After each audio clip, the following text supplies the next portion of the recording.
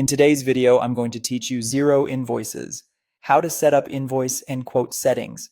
5 minutes. We'll start by signing in. Open Xero in your browser, click Login, enter your email and password, and click Login again. If you manage multiple organizations, make sure the right one is selected so the settings you change apply to the correct company. Once you land on the dashboard, look to the top area, select your company name, then choose Settings. From there, open Invoice Settings.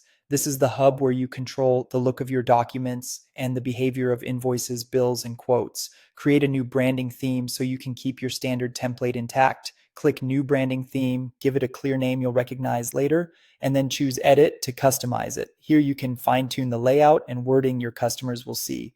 Add your logo, adjust colors to match your brand, and review optional fields like tax details, payment terms, and contact information.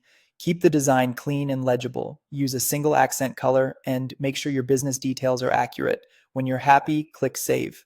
You can switch between themes per invoice later, so don't worry about committing permanently. Next, head to default settings. Set default due dates for your bills to streamline accounts payable.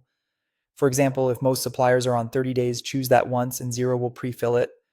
Then set automatic sequencing for invoices, credit notes, and quotes. Use a short prefix like INV or QTE and let Xero increment the numbers automatically. This keeps your records neat and avoids duplicate numbers, which is important for auditing. Also set a default quote expiry date. A clear expiry helps sales move faster and prevents old prices from lingering.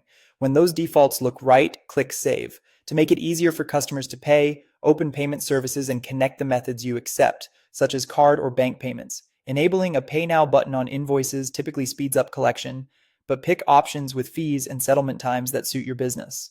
Finally, open invoice reminders to schedule friendly nudges for overdue invoices. Choose intervals that match your tone.